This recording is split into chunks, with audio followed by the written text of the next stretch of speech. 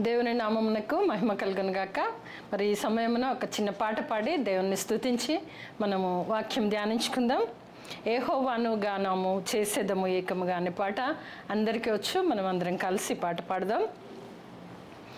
యెహోవాను గానము చేసేదము ఏకముగా, మనకు రక్షకుడాయనే, ఆయన మహిమ పాడెదము, ఆయనను వర్ణించెదము.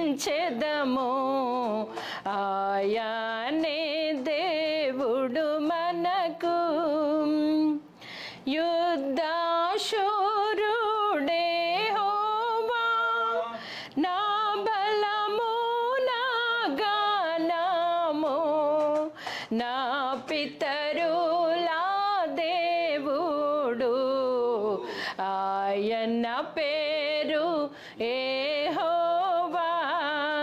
యెహోవాను గానము చేసేదము ఏకముగా, మనకు రక్షకుడాయనే, ఆయన మహిమ పాడెదము, ఆయనను వర్ణించెదము.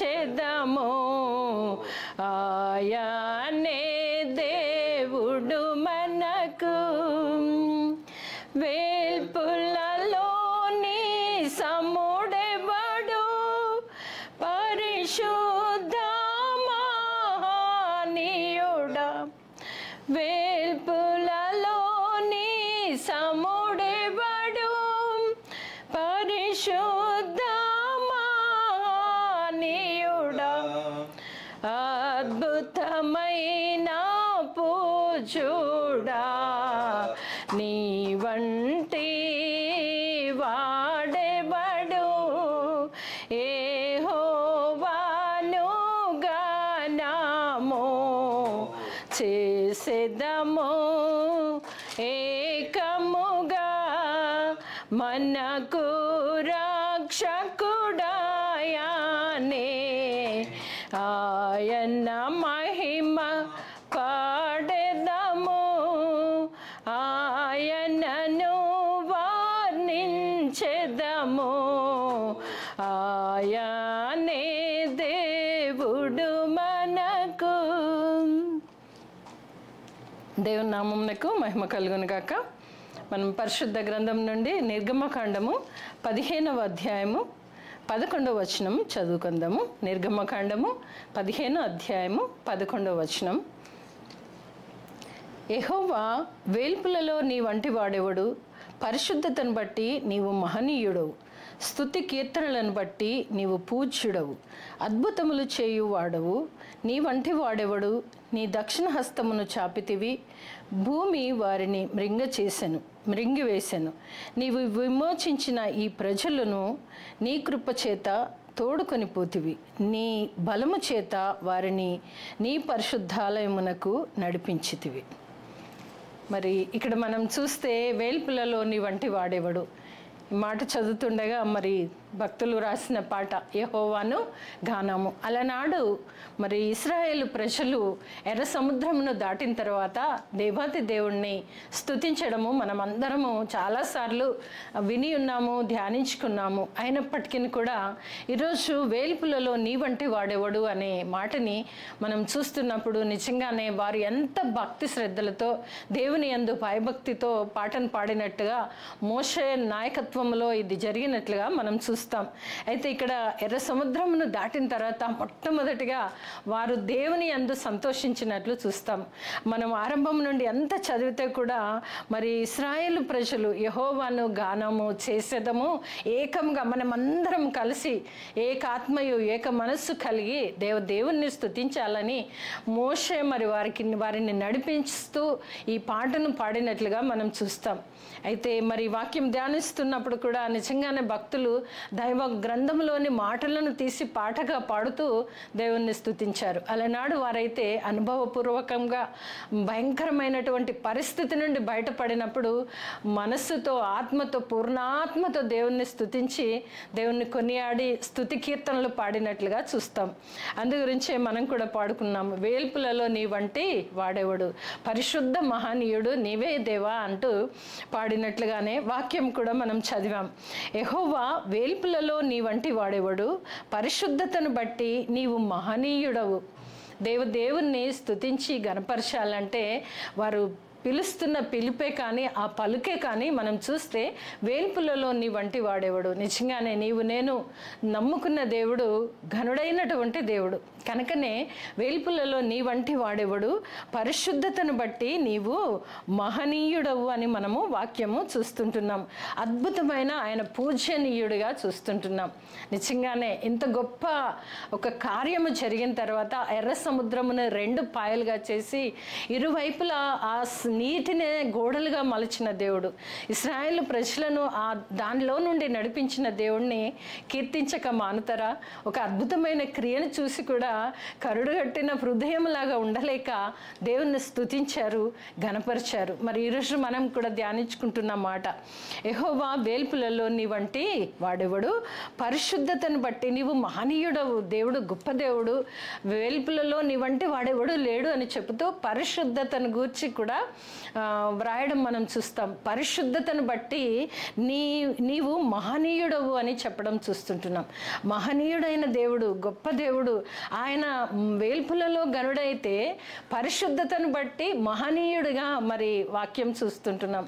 కనుక నీవు నేను నమ్మిన దేవుడు ఎలాంటి దేవుడు అని అంటే, ఆయన వేల్పులలో నీ వంటి వాడేవాడు, పరిశుద్ధతను బట్టి నీవు మహనీయుడవు. అంతేకాదు స్తుతి కీర్తనలను బట్టి పూజ్యుడవు, పూజార్హుడైనటువంటి దేవుణ్ణి వీరు మనసారా కీర్తిస్తున్నారు. ఈరోజు నీవు నేను కూడా దేవాతి దేవుణ్ణి నమ్ముకున్న మనము గొప్పవాడైనటువంటి ఆ దేవుణ్ణి, ఆయనతో సమానులు ఎవరు లేరు అయినప్పటికీ కూడా ఆయన పరిశుద్ధతను బట్టి మహనీయుడైనటువంటి ఆ దేవుణ్ణి కలిగి ఉన్నామంటే మనం ధన్యులం. ఆయనని కలిగి ఉన్నాము. ఆయన అద్భుత కార్యములను బట్టి, ఆశ్చర్య కార్యములను బట్టి అలనాడు ఇశ్రాయేలు ప్రజలు మోషే నాయకత్వంలో దేవుణ్ణి స్తుతించారు. ఎర్ర సముద్రం నుండి వారు ఎప్పుడైతే బయటకు వచ్చారో దేవుణ్ణి గొప్పగా స్తుతించి కీర్తించి వారు చెప్పుచున్న మాట ఏంటంటే, స్తుతి కీర్తనలను బట్టి నీవు పూజనీయుడవు. దేవుణ్ణి ఎంతగా పూజించినా, ఎంతగా స్తుతించినా, ఆయనని ఎంతగా మనం కీర్తించినా తక్కువే. అందుకే ఆయన నీవు పూజనీయుడవు అని చెబుతూ అద్భుతములు చేయు దేవుడవు. ఆ కార్యము ఎవరి ద్వారా కానటువంటి గొప్ప కార్యములు చేసిన దేవుడు. వారు కళ్ళారా చూసి వారు కాళ్లతో నడిచి ఆ ఎర్ర సముద్రం నుండి బయటకు వచ్చారు. ఆరిన నేలను నడిచారు. మనము ఇల్లు తుడిస్తేనే ఫ్యాన్ వేసి ఆరబెడుతుంటాము. మరి ఒక సముద్రముని పాయలుగా చేసి ఆరిన నేలను నడిపించిన దేవుడు అంటే ఎంత అద్భుతకరుడు అని మనం ఇక్కడ చూడాలి. అందుగురించే అద్భుతములు చేయు దేవుడవు. ఒక చిన్న అద్భుతం కాదు, ఇది మహా పెద్ద అద్భుతము. సముద్రమును పాయలుగా చేసి ఆరిన నేలను నడిపించిన దేవుణ్ణి కీర్తిస్తూ చెబుతున్న మాటలు, అద్భుతములు చేయువాడవు నీ వంటి వాడు ఎవడు. దేవుడు చేసిన కార్యములు చూసి వేల్పులలో నీ వంటి వాడు ఎవడు, ఎక్కడ చూసినా లేడు అని చెబుతూ పరిశుద్ధతను బట్టి మహనీయుడవు, స్తుతి కీర్తనలను బట్టి పూజనీయుడవు, అద్భుతములు చేయు దేవుడవు అని దేవుణ్ణి స్తుతిస్తున్నారు. ఈరోజు నీవు నేను కూడా దేవాతి దేవుణ్ణి స్తుతించి గణపరచాలి. ఎందుకంటే అలనాడు ఇశ్రాయేలు ప్రజలకు వారి ముందర చేసినటువంటి కార్యమును బట్టి వారు స్తుతించారు. ఈ రోజు నీవు నేను మన జీవితాలలో దినదినము దేవుడు చేస్తున్నటువంటి అద్భుతాలను బట్టి దేవుణ్ణి స్తుతించాలి. ఆశ్చర్య కార్యాలను బట్టి దేవుణ్ణి స్తుతించాలి. ఆయన ప్రణాళికను బట్టి నిన్ను నన్ను నడిపిస్తున్న రీతిని బట్టి దేవాతి దేవుణ్ణి స్తుతించి గణపరిచే వారంగా మనం ఉండాలి. మన జీవితంలో మనకి ఎన్నో అనుభవాలు ఉంటవి. ఉండేవి. ఆ అనుభవాలన్నింటినీ నెమరు వేసుకుంటూ ధ్యానిస్తూ దేవుణ్ణి స్తుతించే వారంగా నీవు నేను ఉండాల్సినటువంటి అవసరత ఉంది. అంతేకాకుండా నీ బలము చేత వారిని నీ పరిశుద్ధాలయమునకు నడిపించితివి. నీ బలము చేత, దేవుడు బలాఢ్యుడు, ఆయన బలము చేత బలహీనులు అయినటువంటి ఆ ఇశ్రాయేల్ ప్రజలను బానిసత్వపు బ్రతుకు నుండి విడిపించి నడిపించినటువంటి దేవుడు ఎక్కడికి నడిపించాడంటే నీ పరిశుద్ధాలయమునకు నడిపించితివి. దేవుని యొక్క పరిశుద్ధాలయమునకు ఆయన సొత్తైన ప్రజలను, ఆయన ప్రియమైన పిల్లల్ని ఆయన తోడుకొని వచ్చాడు. ఎక్కడి నుండి అనంటే భయంకరమైనటువంటి మరి ఆ బానిసత్వపు బ్రతుకు నుండి ఆయన తీసుకొని వచ్చినట్లుగా మనం చూస్తుంటున్నాం. అప్పుడు ప్రజలందరూ మోషే నాయకత్వంలో ఉన్నప్పుడు మోషేతో కలిసి దేవుణ్ణి స్తుతించినాడు. వేల్పులలో నీ వంటి వాడేవాడు, నీతో సమం ఎవరు, నీవు మహనీయుడవు, నీవు అద్భుతములు చేయదేవుడవు, నీ బలము చేత మమ్మల్ని నడిపించావు. ఎక్కడికి నడిపించావంటే నీ పరిశుద్ధాలయమునకు నడిపించావు. ఇంకా నిన్ను కీర్తించకుండా ఉండగలమా అంటూ దేవుణ్ణి స్తుతించిన సందర్భాలని మనము చూస్తుంటున్నాం. అలాగే మనం మీకా గ్రంథంలో కూడా మనం చూద్దాం. మీకా గ్రంథము 7వ అధ్యాయము 18వ వచనం చదువుకుందాము. తన స్వాస్థ్యములో శేషించిన వారి దోషమును పరిహరించి వారు చేసిన అతిక్రమముల విషయమై వారిని క్షమించు దేవుడవైన నీతో సముడైన దేవుడున్నాడా? మనం ఆరంభంలో నిర్గమకాండంలో చూస్తే వేల్పులలో నీ వంటి వాడు ఎవడు అని దేవుడు చేసిన గొప్ప కార్యములను మన ముందుంచారు. వారు చూశారు, మన ముందుంచారు. ఇక్కడ మనం చూసినట్లయితే మరి తన స్వాస్థ్యంలో శేషించిన వారి దోషమును పరిహరించి, మన మానవ మాత్రులము పాపము చేత దోషము చేత మనము అలా ఉన్నప్పుడు మన దోషమును పరిహరించి వారు చేసిన అతిక్రమముల విషయమై వారిని క్షమించు దేవుడవైన నీతో సముడైన వాడెవడైనా ఉన్నాడా? అంటే పాపములు క్షమించగలవాడు, మన దోషములను క్షమించగలవాడు, పాప పరిహారార్థ బలిగా తానే ఉన్నాడు. ఇంకా వేరే ఎవ్వరు కూడా లేరు కనుక నీతో సముడైన దేవుడు ఎవరైనా ఉన్నారా? వేల్పులలో నీ వంటి వాడెవడు అనంటే ఇక్కడ సముడైన దేవుడు ఎవరైనా ఉన్నారా? నిజమే, ఎవరు లేరు. మన జీవితాలలో సముడైన దేవుడు అనంటే నీవు నేను నమ్మిన ఆ దేవాతి దేవుడు మన పట్ల చేసినటువంటి అద్భుతాలు, ఆశ్చర్యాలు మనం చూడాలి. ఇంకా అంతేకాకుండా ఏమంటున్నాడంటే అతిక్రమముల విషయమై వారిని క్షమించు దేవుడు. ఆయన మన పాప దోషములను విమోచించి మనల్ని క్షమించు దేవుడై ఉంటున్నాడు. ఆయన కనికరము చూపుటయందు సంతోషించువాడు. నీ పట్ల, నా పట్ల మనము తప్పిపోయినప్పుడో, మనము పాపంలో ఉన్నప్పుడో, మనము అంధకారములో ఉన్నప్పుడో, లేక మనము ఏదైనా ఆ ఆపదలో ఉన్నప్పుడైనా కూడా ఆ దేవుడు ఎలాంటి దేవుడు అంట, నీవు నేను నమ్ముకున్న దేవుడు ఎలాంటి దేవుడు అని మనం చూస్తే ఆయన కనికరము చూపు దేవుడై ఉంటున్నాడు. ఆయన కనికర సంపన్నుడు. నీవు నేను నమ్ముకున్న దేవుడు కనికర సంపన్నుడు కనుకనే ఆయన కనికరము చూపుటయందు సంతోషించువాడు, ఇచ్చుటయందు సంతోషించువాడు, ప్రేమించుటయందు సంతోషించువాడు, కనికరము చూపుటయందు సంతోషించువాడు కనుక నిరంతరము కోపముంచడు. కోపించే దేవుడు కాదు. ఎప్పుడైనా కోపం వస్తే కూడా నిరంతరము కోపం ఉంచడు అని చెప్పడం మనం చూస్తుంటున్నాం. మనకు కోపం వస్తే ఇంకా అయిపోయింది, ఎటు వాళ్ళు అటు అయిపోతారు. కానీ దేవుని పరిస్థితికి వస్తే అలా కాదు. అందుకే ఆయనను దేవుడు అన్నారు, మనల్ని మనుషులే అన్నారు. ఎందుకంటే మనకు కోపం వస్తే ఇంకా రెండు వేరైపోతాయి. కనుక దేవుడు అలాంటి దేవుడు కాదు. ఆయన నిరంతరం కోపం ఉంచే దేవుడు కాదు. ఆయన నిరంతరం జాలిగల దేవుడు. ఆయన కనికరము చూపుటయందు సంతోషించు దేవుడు. మనం కోపం చూపుటయందు సంతోషించవచ్చు, కానీ దేవాతి దేవుడైతే ఆయన కనికరము చూపుటయందు సంతోషించు దేవుడై ఉన్నాడు. కనుక దేవుణ్ణి నీవు నేను నమ్మి ఆయన పట్ల భయము భక్తితో నీవు నేను ఉండాల్సినటువంటి అవసరత ఎంతైనా ఉంది. అలాగే చూస్తే సమూయేలు మొదటి గ్రంథము 2వ అధ్యాయము, సమూయేలు మొదటి గ్రంథము 2వ అధ్యాయము 2వ వచనం. యెహోవా వంటి పరిశుద్ధ దేవుడు ఒకడును లేడు, నీవు తప్ప మరి ఏ దేవుడును లేడు. మన దేవుని వంటి ఆశ్రయ దుర్గమేదియు లేదు. యెహోవా అనంత జ్ఞాని యగు దేవుడు, దేవాతి దేవుడు. ఆయనకున్నటువంటి బిరుదులు లేదా ఆయనకున్నటువంటి ఒక గొప్ప మహనీయుడైన దేవునికి ఉన్నటువంటి మనం చూస్తే ఆయన అనంత జ్ఞాని అయిన దేవుడు. మన దేవాతి దేవుడు అనంత జ్ఞాని. అంతేకాదు దేవుని వంటి ఆశ్రయ దుర్గం ఏమీ లేదు. ఆయన అనంత జ్ఞాని అయిన దేవుడు, అనంత జ్ఞాని. ఇంక మనం అందుకోలేని జ్ఞాన సంపన్నుడు, కనికర సంపన్నుడు. వేల్పులలో ఆయన వంటి వారు ఎవరు లేరు అంటూ ఇవన్నీ కూడా మన ముందు ఉంచుతున్నారు. కనుక నీవు నేను మన దేవుడైన యెహోవా యొక్క ఆయన జ్ఞాన సంపన్నుడు, కనికర సంపన్నుడు, నీ పట్ల నా పట్ల జాలి చూపుటకు సంతోషించువాడు, నిరంతరము కోపముంచు దేవుడు కాదు. అందుకే ఆయనను వేల్పులలో నీ వంటి వాడు ఎవడును, నీవు పరిశుద్ధ మహనీయుడవు అని చెబుతూ మనకిక్కడ చూసినట్లయితే మన దేవుని వంటి ఆశ్రయ దుర్గమేదియు లేదు. యెహోవా అనంత జ్ఞానియగు దేవుడు.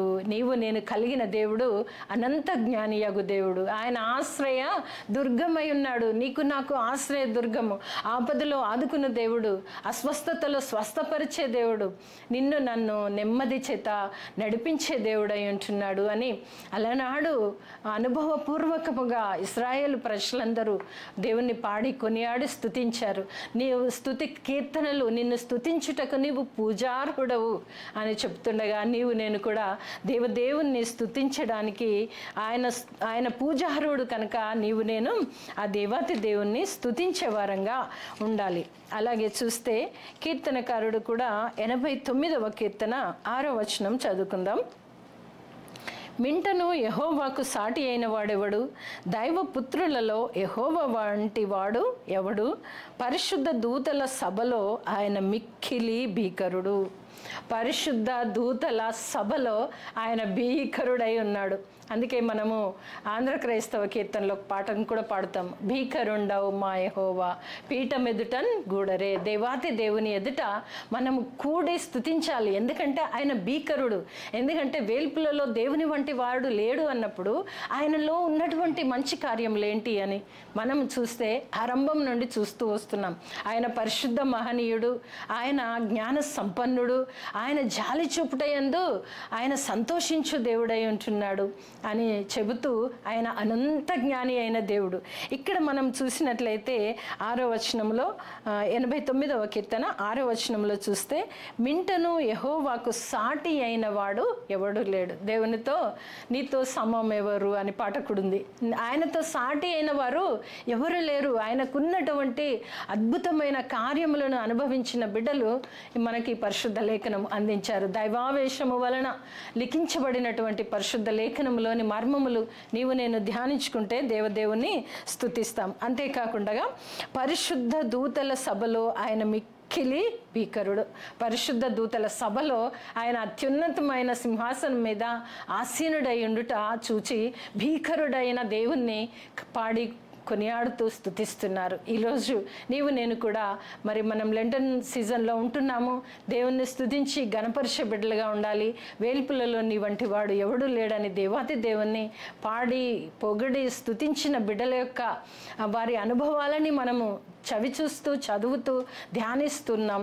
అది అన్వయించుకొని మనము కూడా భీకరుడైన దేవుణ్ణి లేదా నీతో సమమెవరు అని మనం పాటలు పాడినట్టు రీతిగా వేల్పులలో నీ వంటి వాడు లేడు అని పాడిన రీతిగానే దేవుణ్ణి నీవు నేను మన హృదయములో కలిగి ఉంటున్నాం. కనుక ఆ దేవాతి దేవుణ్ణి నిత్యము స్తుతించి ఘనపరిచి వేల్పులలో నీ వంటి వాడు లేడు దేవా, నీవు గొప్ప దేవుడవు, పరిశుద్ధ మహనీయుడవైన దేవుడవు అంటూ ఆయన్ని స్తుతించే భాగ్యం దేవుడు మనందరికీ కూడా కలుగచేయును గాక. ఆమేన్.